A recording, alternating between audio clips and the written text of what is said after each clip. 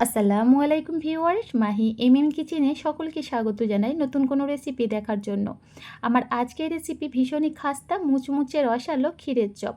রেসিপিটি কোনো রকমের স্কিপ না করে প্রথম থেকে শেষ পর্যন্ত দেখার অনুরোধ রইল। আর রেসিপির শুরুতেই বন্ধুদের কাছে ছোট্ট একটা রিকোয়েস্ট, একটা লাইক দিয়ে কন্টিনিউ ভিডিওটা দেখার চেষ্টা করবে। ক্ষীরের চপ তৈরি করার জন্য আমি প্রথমে ক্ষীরটা বানিয়ে নিচ্ছি। তার জন্য চুলায় একটা প্যান বসিয়ে দিয়েছি আর দিয়ে দিলাম 1 কাপ লিকুইড দুধ, দিয়ে দেব হাফ কাপ গুঁড়া দুধ, দিয়ে দিচ্ছি মিষ্টির জন্য 1 চা চামচ চিনি, আর দিয়ে দেব 1 চা চামচ ঘি।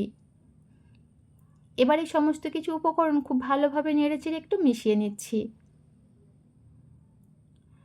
যখন গুঁড়ার দুধটা লিকুইড দুধের সঙ্গে খুব ভালোভাবে মিশে যাবে, তারপর চুলোর ফ্লেমটাকে অন করে অনবরত নেড়েচেড়ে দুধটাকে 2-1 মিনিট একটু জাল করে নেব।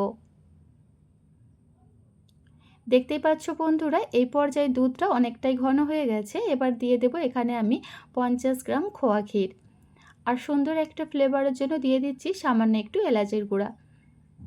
খুব ভালোভাবে নেড়েচেড়ে মিশিয়ে নেব। আর এই পর্যায়ে কিন্তু চুলোর ফ্লেমটাকে কোনোভাবেই বাড়ানো যাবে না, একেবারে লো ফ্লেমে রেখে অনবরত নেড়েচেড়ে ক্ষীরটাকে তৈরি করতে হবে। তোমাদের হাতের কাছে যদি এই পর্যায়ে খোয়া ক্ষীর না থাকে, সেক্ষেত্রে গুঁড়া দুধের পরিমাণটা বাড়িয়ে দেবে।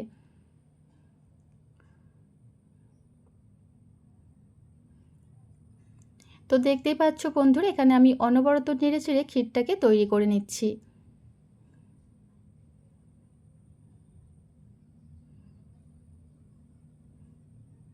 তো এখানে ক্ষীরটা কিন্তু খুব সুন্দরভাবে আমি তৈরি করে নিয়েছি। দেখতেই পাচ্ছ, ঠিক এইভাবে বানিয়ে নিতে হবে। এবার চুলোর ফ্লেমটাকে অফ করে ক্ষীরটা একটা প্লেটের মধ্যে উঠিয়ে নেব। এবার এই ক্ষীরটাকে হালকা ঠান্ডা করার জন্য একটা সাইডে রেখে দিচ্ছি। ততক্ষণে চলো একটা ডো তৈরি করে নিই।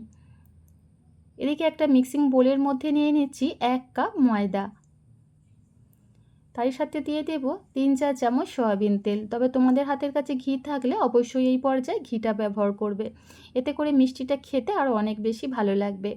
তার সাথে দিয়ে দিলাম স্বাদ মতো নুন আর 2-4 চামচ টক দই। হাতের কাছে থাকলে ব্যবহার করবে, তা নাহলে স্কিপ করতে পারো। আর তার সাথে দিয়ে দেব চা চামচের 4 ভাগের 1 ভাগ বেকিং সোডা। এবারে সমস্ত কিছু উপকরণ খুব ভালোভাবে হাত দিয়ে ঘষে ঘষে একটু ময়ান দিয়ে নিচ্ছি।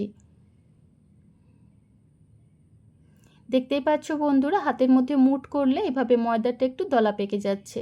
ঠিক এইভাবে ময়ানটা দিয়ে নেবে, এতে করে মিষ্টিগুলো অনেক বেশি খাস্তা আর মুচমুচে হবে। এবার এখানে অল্প অল্প করে পানি দিয়ে একটা ডো তৈরি করে নেব। আর এই ক্ষীরের চপ তৈরি করার জন্য ডোটাকে খুব বেশি নরম করে বা খুব বেশি শক্ত করে বানালে হবে না, একটা মিডিয়াম সফট ডো তৈরি করে নিতে হবে। তাই পানিটা একেবারে অল্প অল্প করে দিয়ে ডোটাকে মেখে নেবে। দেখতেই পাচ্ছ বন্ধুরা, এখানে ডোটা খুব সুন্দরভাবে আমি তৈরি করে নিয়েছি। খুব বেশি শক্তও না, আবার খুব বেশি নরমও না। এবারে ডোয়ের ওপরে সামান্য একটু তেল মেখে নিচ্ছি।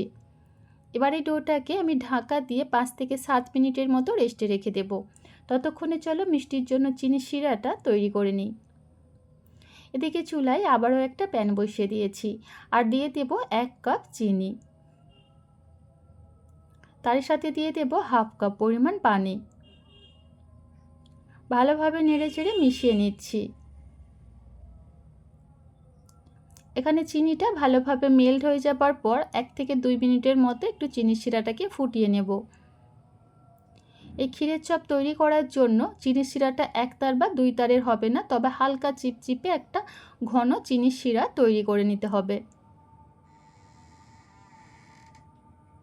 এখানে চিনির শিরাটা খুব সুন্দরভাবে আমি তৈরি করে নিয়েছি। এবার চুলোর ফ্লেমটাকে অফ করে দেব। ঢাকা দিয়ে চিনির শিরাটা একটা সাইডে রেখে দিচ্ছি। আর এদিকে ক্ষীরটা কিন্তু বেশ ভালোভাবে আমার ঠান্ডা হয়ে গেছে। এবার এই ক্ষীরগুলো এভাবে ছোট ছোট করে আমি বল তৈরি করে নিচ্ছি। দেখতেই পাচ্ছ বন্ধুরা, ঠিক এইভাবে তৈরি করে নিলে পরবর্তীতে চপটা তৈরি করতে বা বানিয়ে নিতে সুবিধা হবে। তো একইভাবে সমস্ত ক্ষীরের বলগুলো আমি তৈরি করে নিয়েছি।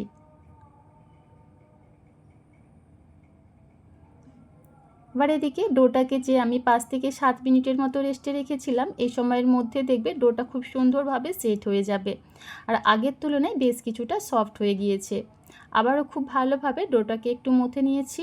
এবার এখান থেকে আমি ছোট ছোট করে লেচি কেটে নেব, ঠিক যে সাইজের আমি চপগুলো তৈরি করব।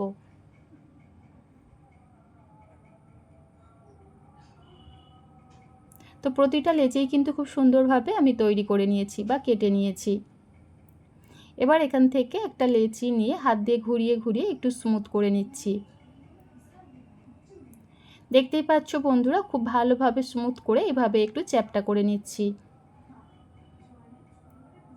তারপর এখানে আমি তৈরি করে রাখা ক্ষীরের বলটা দিয়ে দেব। তারপর দেখতেই পাচ্ছ এভাবে হাত দিয়ে খুব ভালোভাবে মুখটাকে সিল করে দিতে হবে। ভালোভাবে মুখটা অবশ্যই বন্ধ করতে হবে, তা নাহলে এই চপগুলো যখন তেলের মধ্যে ভাজবে মুখটা খুলে যাবে। আর সুন্দর একটা ডিজাইনের জন্য এইভাবে একটা আমি হাত দিয়ে প্রেস করে মাঝখানে একটু গর্ত করে নিলাম। তো আরও একটা তোমাদের আমি বানিয়ে দেখাচ্ছি। প্রথমে হাত দিয়ে ঘুরিয়ে ঘুরিয়ে একটু স্মুথ করে এভাবে একটা বল তৈরি করে তারপর দেখতেই পাচ্ছ হাত দিয়ে এভাবে একটু চ্যাপটা করে নিয়েছি। তারপর এখানে বানিয়ে রাখা ক্ষীরের বলটা দিয়ে দেব।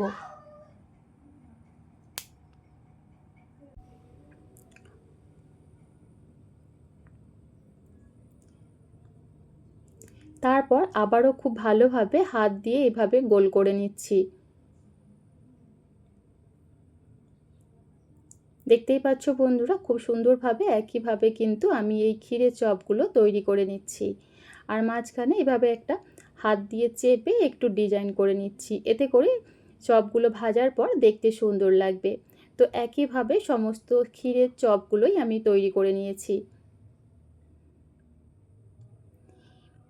এবার এই চপগুলোকে ভেজে নেবার জন্য চলে যাব চুলায়। এদিকে চুলায় একটা ফ্রাই প্যানে পর্যাপ্ত পরিমাণ তেল একদম হালকাভাবে গরম করে নিয়েছি। অবশ্যই তেলটা একদম উষ্ণ গরম করতে হবে। তারপর এই তেলের মধ্যে আমি চপগুলো দিয়ে দেব।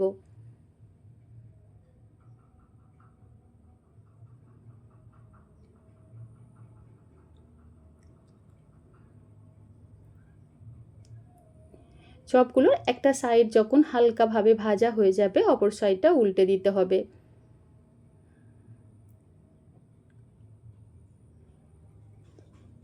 চুলোর ফ্লেমটাকে লো টু মিডিয়াম ফ্লেমে রেখে এবার চপগুলোকে উল্টে পাল্টে ভেজে লাল লাল করে ভেজে নেব। তো দেখতেই পাচ্ছ বন্ধুরা, এখানে চপগুলোর মধ্যে সুন্দর একটা কালার চলে এসেছে। এর থেকে বেশি আর আমি লাল করব না। এবার এগুলোকে তেল ঝরিয়ে উঠিয়ে নেব।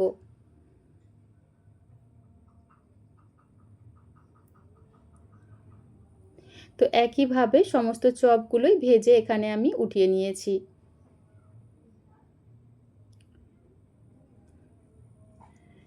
দেখতেই পাচ্ছ বন্ধুরা, এই চপগুলো দেখতে কতটা বেশি সুন্দর আর লোভনীয় লাগছে। এবার এই চপগুলো আমি চিনি শিরার মধ্যে দিয়ে দেব। আর এই সময় কিন্তু চিনি শিরাটা উষ্ণ গরম থাকতে হবে। এবার এই চিনি শিরার মধ্যে চপগুলোকে উল্টে পাল্টে 1 থেকে 2 মিনিটের মতো একটু কোট করে নেব। আর এই সময়ের মধ্যে দেখবে চপগুলো সুন্দরভাবে চিনি শিরাটা শোক করে নেবে। এর থেকে বেশি সময় একদমই লাগবে না। তবে বেশিক্ষণ সময় যদি আবার চপগুলো চিনি শিরাতে রেখে দাও সেক্ষেত্রে অনেক বেশি নরম হয়ে যাবে। এবার একটা একটা চপ প্লেটের মধ্যে আমি উঠিয়ে নিচ্ছি। তবে তোমরা যদি চপটা নরমভাবে তৈরি করতে যাও বা নরমভাবে খেতে পছন্দ করো সেক্ষেত্রে চিনি শিরার মধ্যে কিছুক্ষণের জন্য ডুবিয়ে রাখতে পারো। দেখতেই পাচ্ছ চপগুলো আরও অনেক বেশি সুন্দর আর লোভনীয় করার জন্য ওপর থেকে এইভাবে একটু আমি মাওয়া ছিটিয়ে দিচ্ছি। এতে করে চপগুলো খেতে আরও অনেক বেশি ভালো লাগবে। একটা চপ তোমাদের আমি কেটে দেখাচ্ছি যে কতটা পারফেক্ট তৈরি হয়েছে। ভেতরে ক্ষীরের পুরে ভরা, খেতে ভীষণ মজার হয়। একবার হলো রেসিপিটা ট্রাই করতে পারো। আজ তাহলে এই পর্যন্তই, আবারও দেখাবে নতুন কোনো রেসিপিতে। আল্লাহ হাফেজ।